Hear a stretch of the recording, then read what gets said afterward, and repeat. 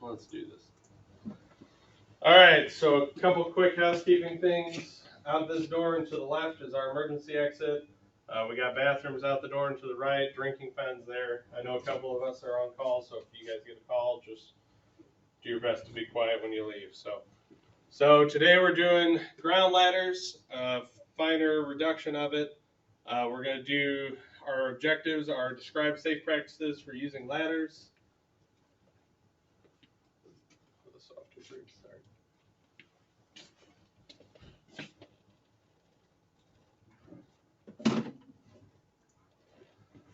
So for ladder safety guidelines, we're going to develop and maintain our upper body strength. Got to have that core strength there to use ladders and operate them.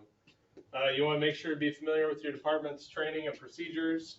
You want to make sure to wear your full PPE, which is your helmet, coat, pants, boots, gloves when handling and working with your ladders. And you want to make sure to choose the correct ladder for your task. And make sure not to bend at the back. Make sure you use your leg muscles and when lifting below the waist. You want to make sure to use the adequate number of personnel. So make sure that if it's a 2 firefighter carrier, you're not doing it with 1. Make sure to stay away from those electrical wires. Keep 10 feet away. Make sure you got either somebody butting it or the ladder tied off, so that way we can avoid the ladder slipping away. Make sure when you're raising and lowering the ladder, you got your fingers clear and you're just holding on to the beams, not the rungs. And then make sure that your hooks and your dogs are locked when you're extending the ladder. Make sure it's stable. Don't want to have it on muddy ground where it's going to slip out. You want to always use caution when you're moving the ladder sideways. Never climb jumpily up a ladder. You want to make smooth movements and never overload the ladder. Make sure you got 1 firefighter for every 10 feet or 1 person per fly section. When you're working off the ladder, you want to make sure to use the leg lock or a ladder belt. You want to relocate the position ladder only when told to do so. You don't want to move it if they're not ready for it to be moved. You want to use the ladders for their intended purposes only. That's pretty self-explanatory. And you want to make sure to inspect for damage or wear after each use, especially fires when it's been near the window or near open flame. And you want to make sure to secure unattended ladders to a stationary object. That way they can't fall on somebody. So the main thing to touch on for safety, especially with ladders, is coming in contact with power sources may result in electrocution. That's pretty straightforward. You want to make sure to stay away from power. You want to make sure to stay away from those electrical lines or it can be very, very bad. Sliding down a ladder either feet first or head first, even in an emergency, is unsafe and may result in serious injury or death. So you want to try and avoid that. So safety when lifting and lowering ladders. We want to be smooth and controlled. We don't want to just drop the ladder on the ground. We want to make sure we work as a team. You want to make sure you use the correct number of firefighters. So like I said earlier, those 2 firefighter carries or movements. You want to make sure to bend at the knees and keep your back straight. Use that proper lifting technique. You want to lift on command of the firefighter who can see the members of the team. Usually that's going to be your butt firefighter if you're working in a 2-man team. You want to lift in unison. That makes it smooth. And you want to lower the ladder using your leg muscles and keeping your feet correctly placed, keeping your body in line as well. So 10 general guidelines for ladder safety. Let's just do 5. How about? You got one, John? Yeah, Pat? A guideline for safety with ladders? At least 3 points of contact with ladder. Perfect. Marty? Always have somebody to plug the ladder. Perfect. Noon? Make sure you got the bag and got the ladder. Perfect. Will? There you go. Proper lifting technique. Good 5. All right, so avoiding your electrical hazards, you always want to look up, check above you when you're getting ready to raise the ladder. You want to look up one more time before you raise the ladder, double check. Sometimes it can be hard to see those wires or they may be in an inconspicuous place. You want to keep a distance of at least 10 feet or 3 meters from the electrical lines. That circle of safety. Alternative raising methods can be used when necessary. So rather than doing a flat raise where the power lines are above you, you can use that beam raise method to get it up in that tighter space. That can be used in alleys or other tight spaces like that as well.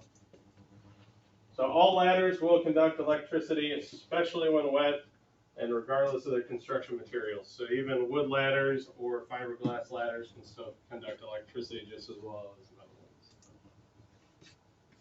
So when you're positioning a ladder, you can either go the fly out or the fly in method. It depends on the ladder's manufacturer. So for metal and fiberglass ladders, you want to do the fly out. For wood ladders, which we don't have around here, we want to do the fly in.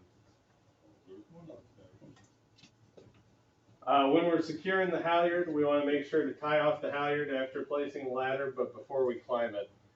Closed halyards are already tied on some ladders, so just make sure on when we're raising the ladder, we tie that halyard off to keep it away as a trip hazard and keep that ladder secure. So what's one way we can avoid electrical hazards when raising a ladder? John? Look up. There you go. Look up, be aware of the electrical hazards you got around you. And how should the fly of a metal or fiberglass extension ladder be positioned with? And so for most fiberglass and metal ones, they'll be positioned outward. The fly will be out.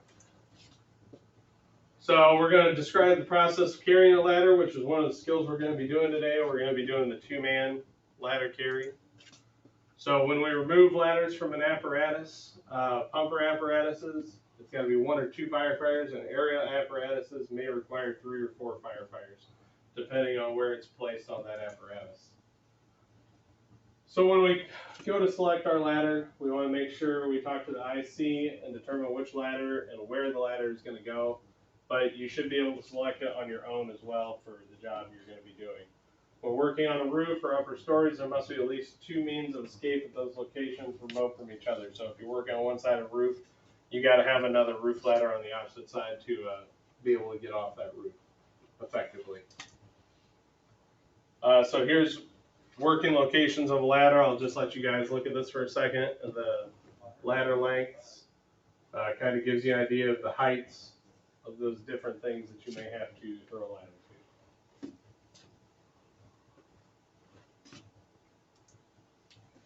So the designated length, the total length of a single section ladder and maximum extended length of an extension ladder.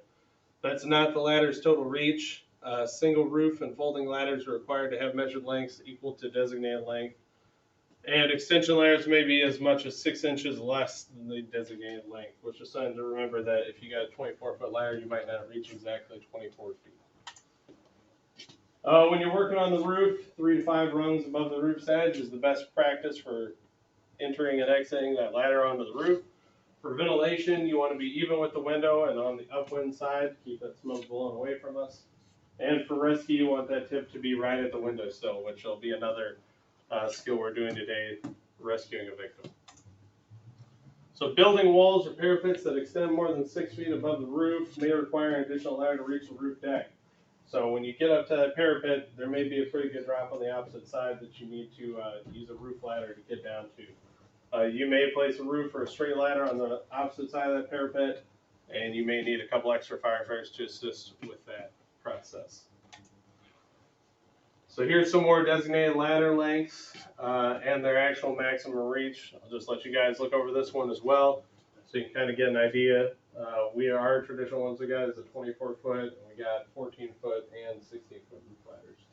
So we also have our 10-foot folding attic ladders as well. Okay, so how can you determine the appropriate size ground ladder to use for a situation, John? Yeah, so just use your experience. Know that if you're going to the second story, kind of you got that frame of mind on what kind of ladder, what kind of height that is, and what kind of ladder you're going to need to reach that. So Commercial, residential. right, going to depend on the make and makeup of the building and those kind of factors there. So when you're removing the ladder from the apparatus, this is an example of some of the different ones. You've got your exterior ladder rack. You've got your one that you normally see in the aerial apparatuses, the interior compartment. We've got mechanical ladder racks, and we've got the horizontal interior compartments too. So we've got 3 of those. I think we've got all four of those here in our department.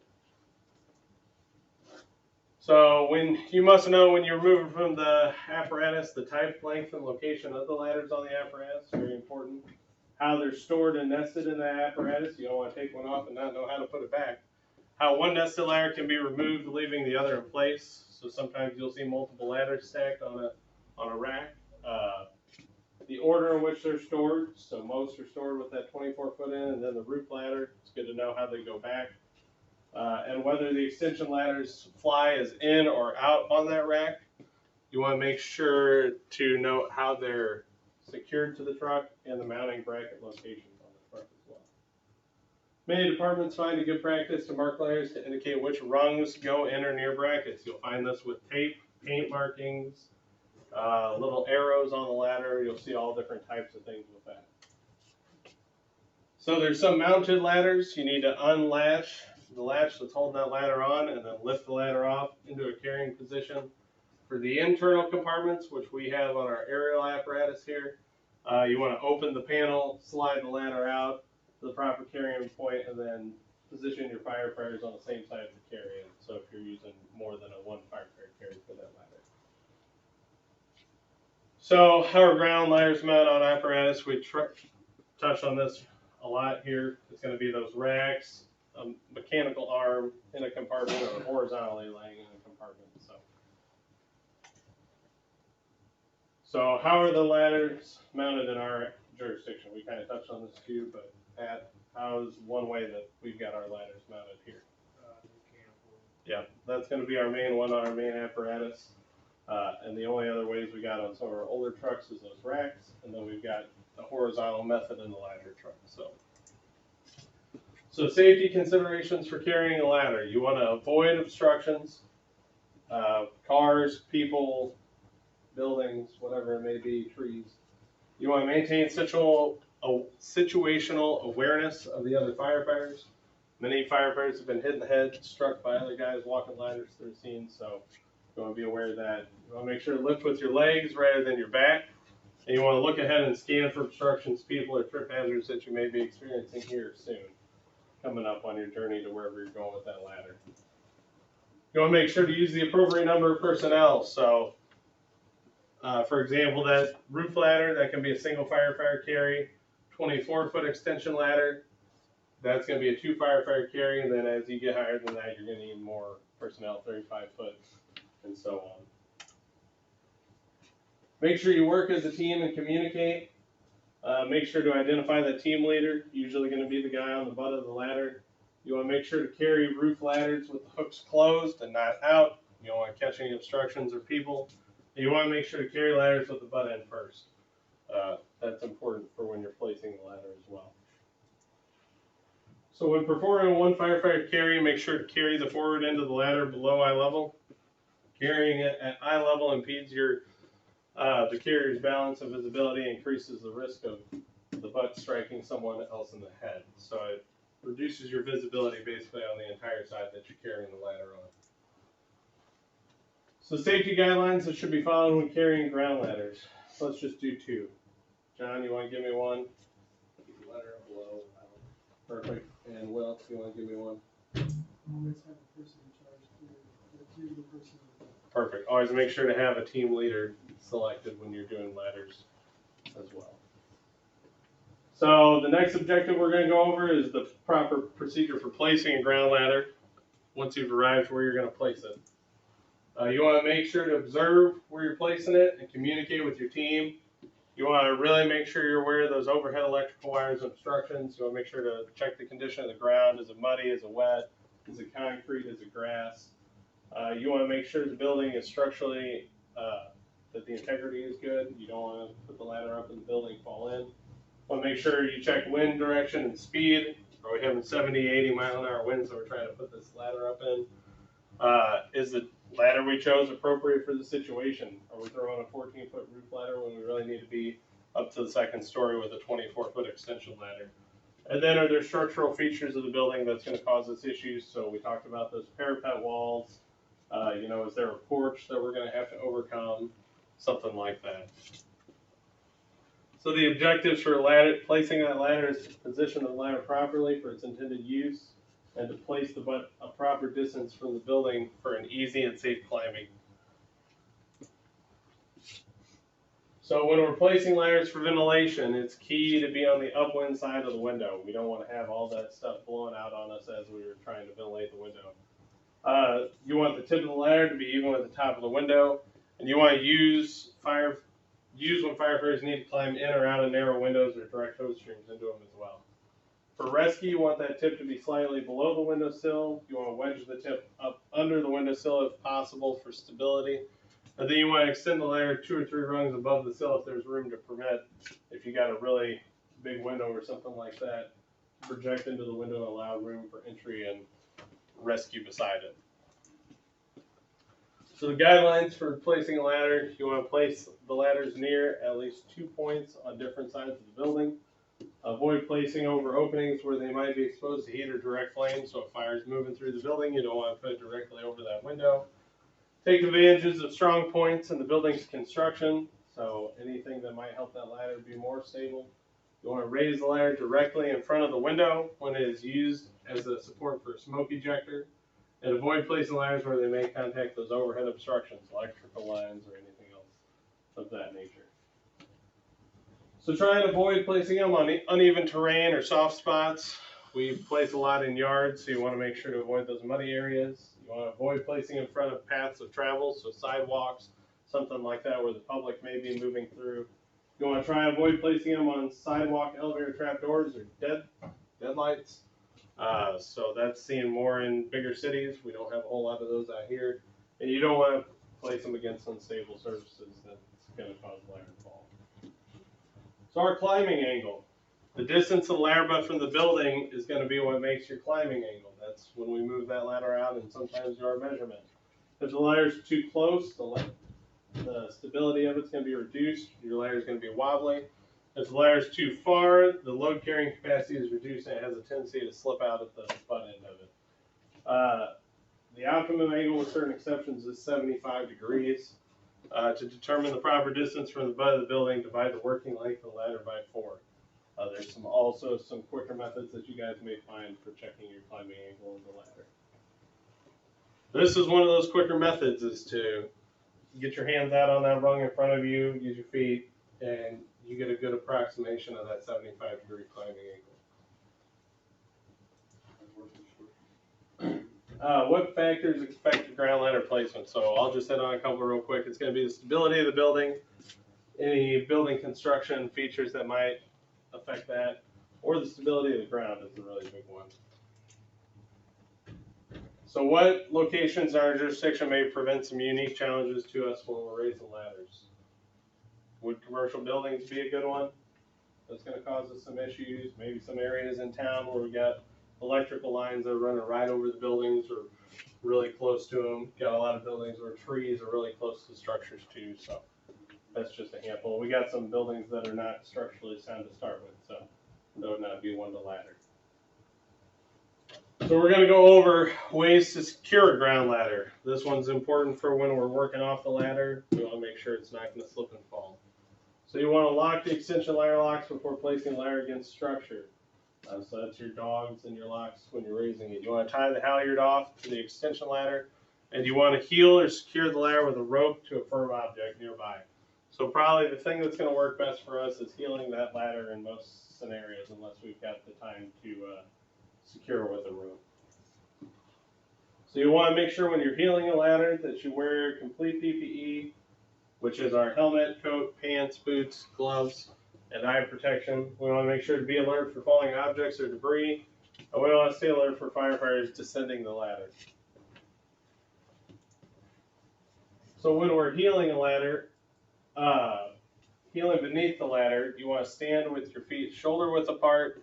You want to grasp the beams about eye level and pull the ladder towards the building. Make sure to look forward, don't look up. When someone's climbing, when you look up, you could get struck in the face with a tool, debris, parts of the building, whatever it may be. So heeling the ladder from the outside, this is more of a newer technique that we're trying to use. You want to make sure to stand on the outside of the ladder, chalk the butt end of the ladder with 1 foot, and place your toes against the butt of or the spur of the ladder. Or you can do 1 foot on the bottom rung. You want to make sure to grasp the beams and press against the ladder into the building. So tying in, this is another way. It's a little bit more time consuming, I feel like. It prevents the ladder from pulling away from the building. And then you can use rope hose tool or safety strap to tie the ladder to a fixed object. So this is only going to work on some buildings that got a railing that we can tie to, or some kind of structural feature that's going to allow that to be tied into. So what are the two methods of securing ground ladder? Newton, can you give me one? Heeling the ladder, and Pat, can you give me the other? Tying it off. So that's our two methods. That's the only two really recognized to use. So we're going to go over the methods for raising and lowering a ladder. Raising method depends on the ladder's type and size. When you're raising an extension ladder, it's much different than raising a roof ladder that doesn't have any fly sections. It's going to depend on the number of personnel we have available at the scene and the weather and the topography of the ground that we're on. So when you transition from a carry to a raise, it's not necessary to place the ladder flat on the ground prior to raising. We're able to do it on the move a little bit more than having to go all the way to the ground. Only the butt needs to be on the ground when we're transitioning. And the transition should be done in a smooth, continuous motion. So we don't want to be jerky with our movements. That's how we're going to get ourselves hurt. For one firefighter raises, we can do the single ladder or the extension ladder. It's recommended on here that you use 2 firefighters for that extension ladder when you're raising it. So for 2 firefighter raises, there's 2 different methods, and we'll be practicing those as our skill sheets today. We're going to do the flat raise or the beam raise. For the situation we've got outside, probably the flat raise would be the easiest for us. And that's your 2 different methods for the 2 firefighter raises on the extension ladder. So 3 firefighter raises, mainly for ladders that are 35 feet or longer, are definitely going to require those 3 firefighters to raise. For 4 firefighter raises, it's used for really large or heavy extension ladders. You're usually going to use the flat raise method to get those ladders up into place. And the procedures are going to be similar to those 3 firefighter raises, except the placement of the personnel is going to be different for that. So what methods can be used to raise a ground ladder with either 1 or 2 firefighters? Beam raise or flat raise. Yeah. So beam raise and flat raise, that's 2 ways we can do it. And it can be used by a single firefighter or multiple. So when you're pivoting a raised ladder, it's necessary when the fly is incorrectly positioned. So if you got the fly in towards the building on a metal ladder, it's necessary to pivot it out. Or the ladder is flat raised parallel to the building, you got to pivot it out that way too. So make sure you pivot before extending, if possible, and pivot on the beam closest to the structure. That way, if we lose our stability on the ladder, it's going to at least be close to that building to hopefully regain it.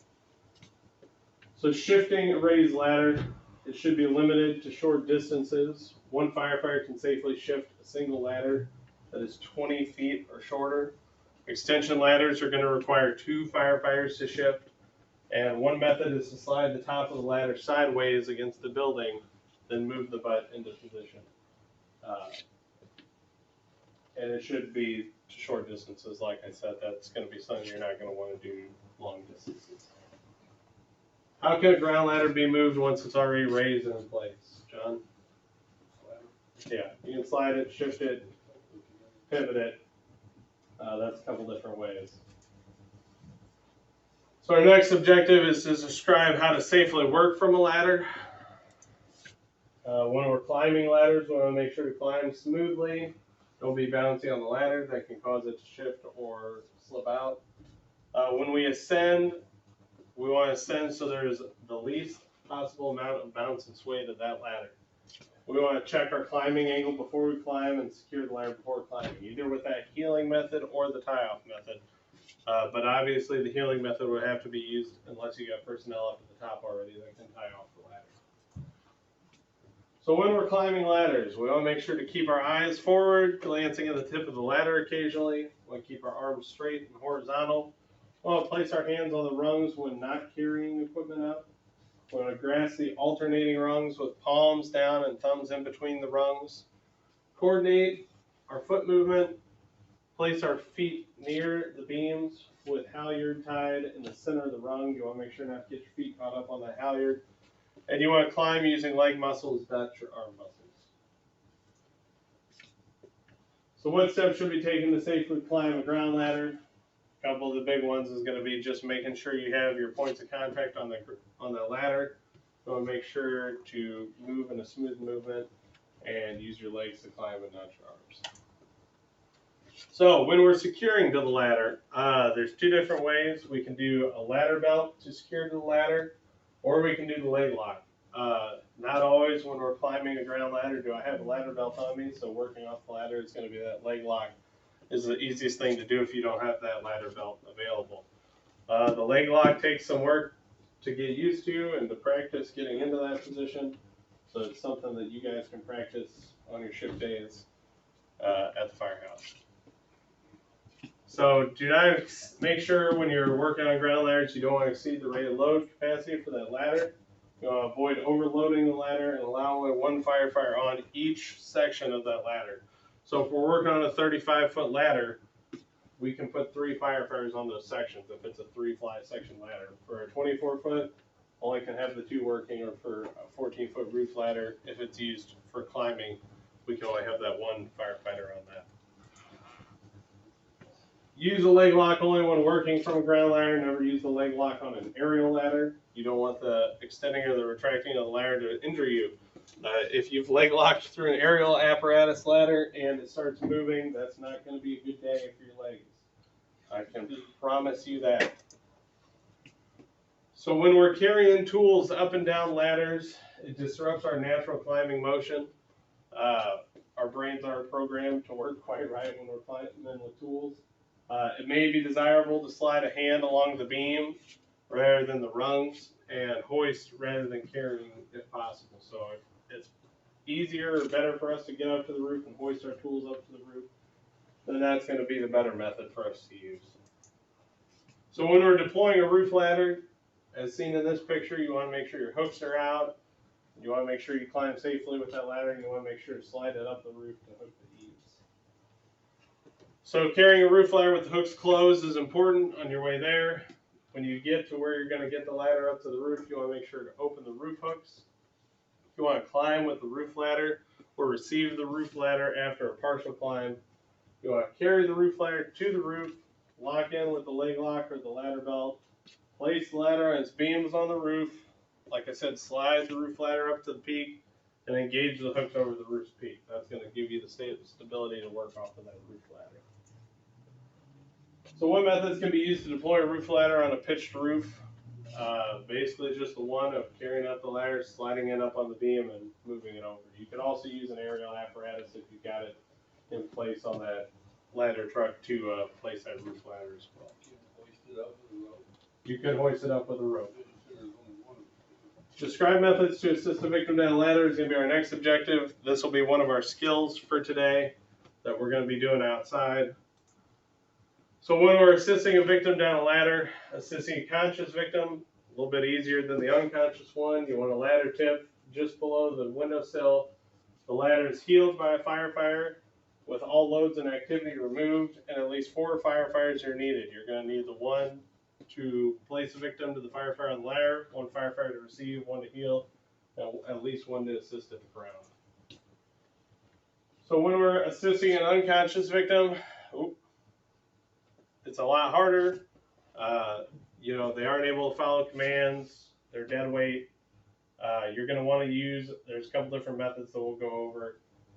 Over the knee method, such as there, over the arm, carry there, or crossbody method that's there in the middle. So when we're assisting a large victim, you may need to place double ladders up and have 2 firefighters help that victim down that way. You know, it's all going to depend on the scenario as far as that one goes. And assisting a child, not quite a weight issue, but if they're conscious, they may be less than thrilled to be in your arms and maybe fighting you on the way down. So that may be something to consider. So how is assisting a conscious victim down a ladder different from assisting an unconscious victim down the ladder? Pat, can you give me at least one difference in it? Unconscious patient might be flailing. Yeah, could be flailing. Another difference is that conscious patient may be willing to help you down the ladder, help with the extrication. The unconscious victim, like I said, is just dead weight. So that's just something to consider. We'll be doing the unconscious victim down the ladder today, so we'll all get to experience that. So do you guys have any questions about what we went over today in the class? If you got them, ask them now. Nothing? Yeah. How do you maintain a ladder? How do you maintain a ladder? So we did not cover that today because that was not our course objectives. But maintaining a ladder, we can have that class a different day. You're just going to follow the manufacturer's procedures for maintaining that ladder. You should know that. I was fire one and two. So if there's no other questions, we're going to take about a 10-minute break. Then we're going to take about 20 to 30 minutes for the test. I don't imagine it'll take more than 20. It's only about 10 questions. We'll grade the tests and then we'll go over the tests and get outside for our skill sets. If you guys don't have any questions, take a 10-minute break and be back in here at 11:30.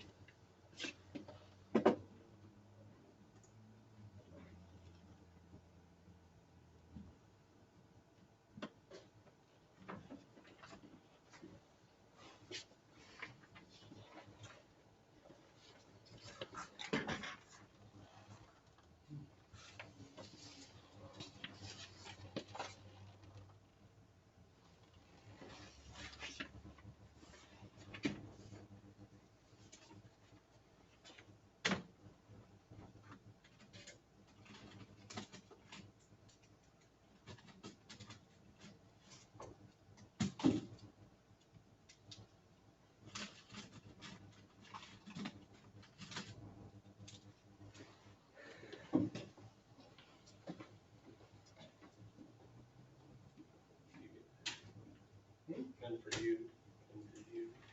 Most people book that's all long time.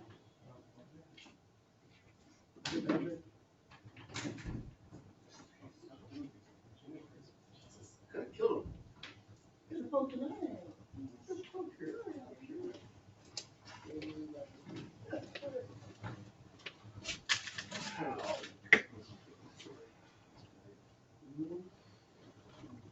Are you gonna review the test before class?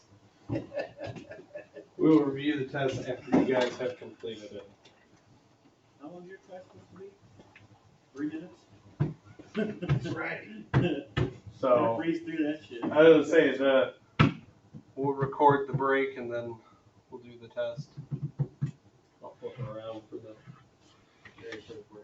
Yeah, that's all right. We'll go outside and we'll do the unconscious victim and the. It's gonna take us a little bit to do, because each person's gonna have to lead the skill set. So there'll be at least 5 times of. 6 times of the. We should make that the victim. No live victims per course rules. Is he alive? There are things I can look at.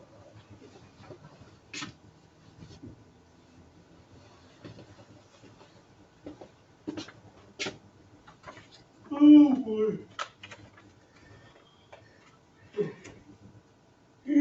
Yeah.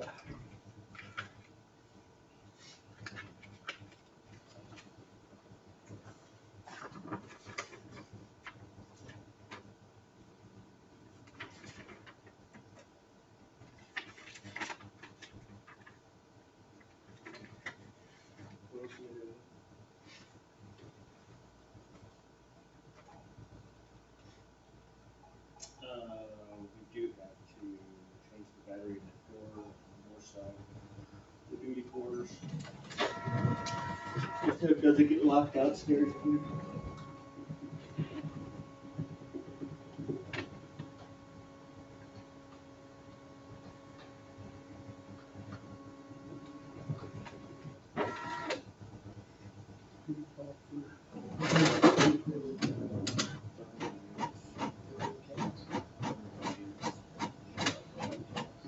That's is very.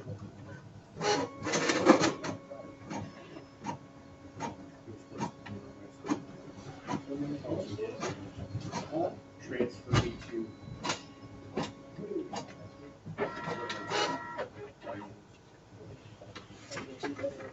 That's whoever worked on that.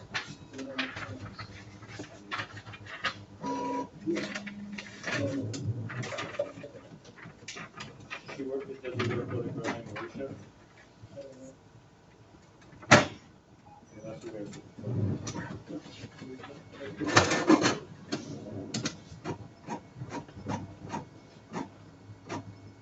And she said they've been out here before. They didn't come out last week. I called them in, somebody, and they didn't.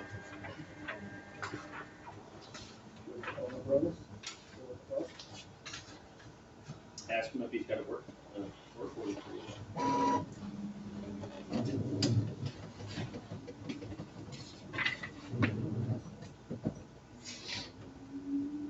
Now we need both sides.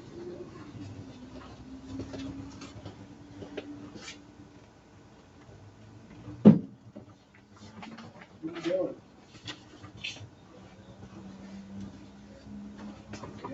You guys got a work order for us? Yeah, we were supposed to go out last week. Showed up. Okay. Call me back. All right, Councilman. Thank you, Councilman. We're going to the ditch.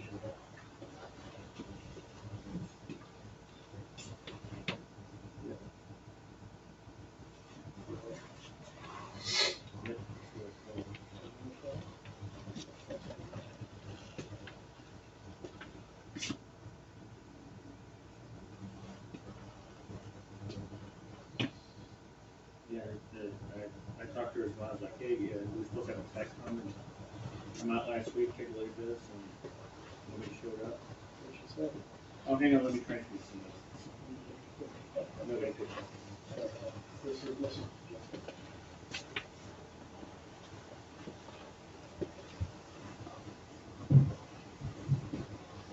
We did this for me again. Yeah.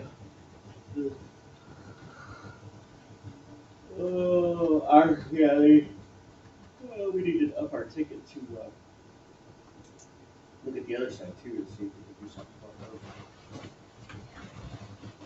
those. Hot as shit down here, up on the north end, and the south end is cold. So, Well, that's another thing, that companies fucked up. they took it, what's the name of it, now?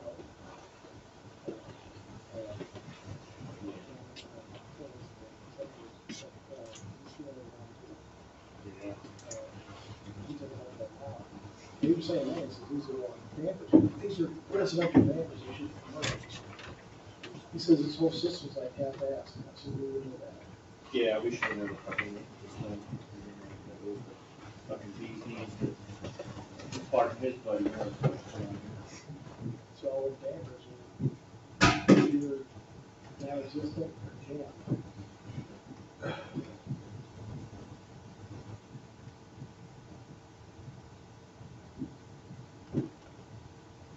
Yeah, I don't know what.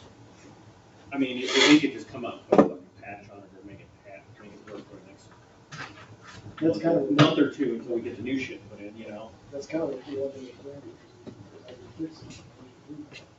Re-overhaul it. So every time that has patch, Amen. Yeah. Now this side over here is going to be wide fucking open. So what time you gotta get up It to was leave like for work? 85 degrees, yeah, it's still gonna go there today. Robert said it does that until like 10 o'clock. And then it's fine. And of course, Then it works fine. So I don't think that's the thing, because you can't get it in the phone, Right. Yeah, I didn't fall asleep till almost 1, and I don't usually get up till Cherry was, 6. I don't think Cherry had access to it. Yeah, he did. Because he got in there and changed all the That's right, he did get it. the settings on it.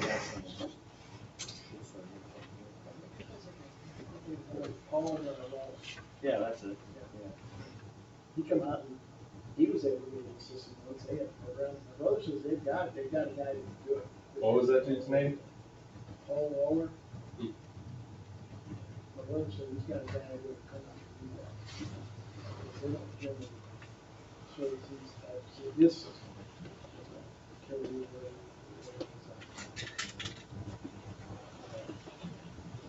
John Lewis, yeah, that's right.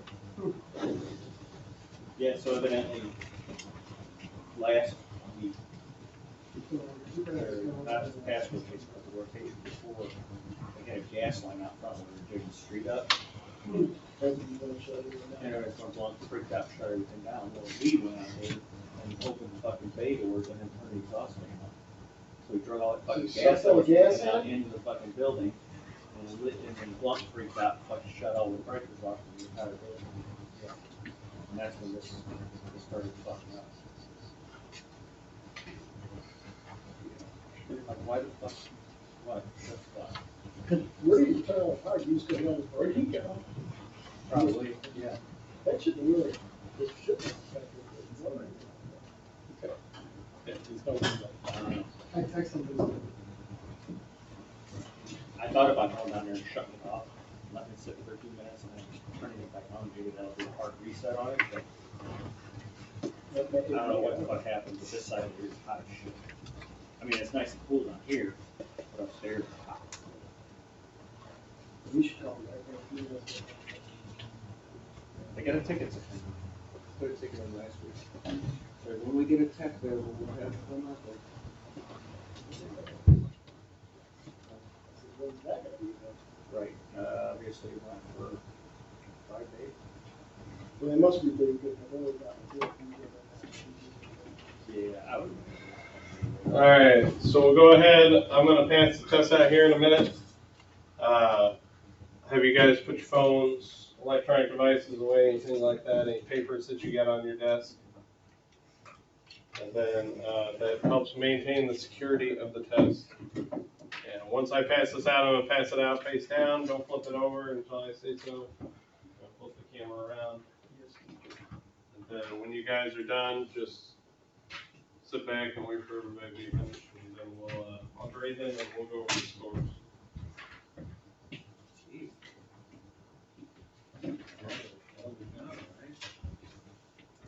Alright, so let me flip the camera around, wait to flip your tests over.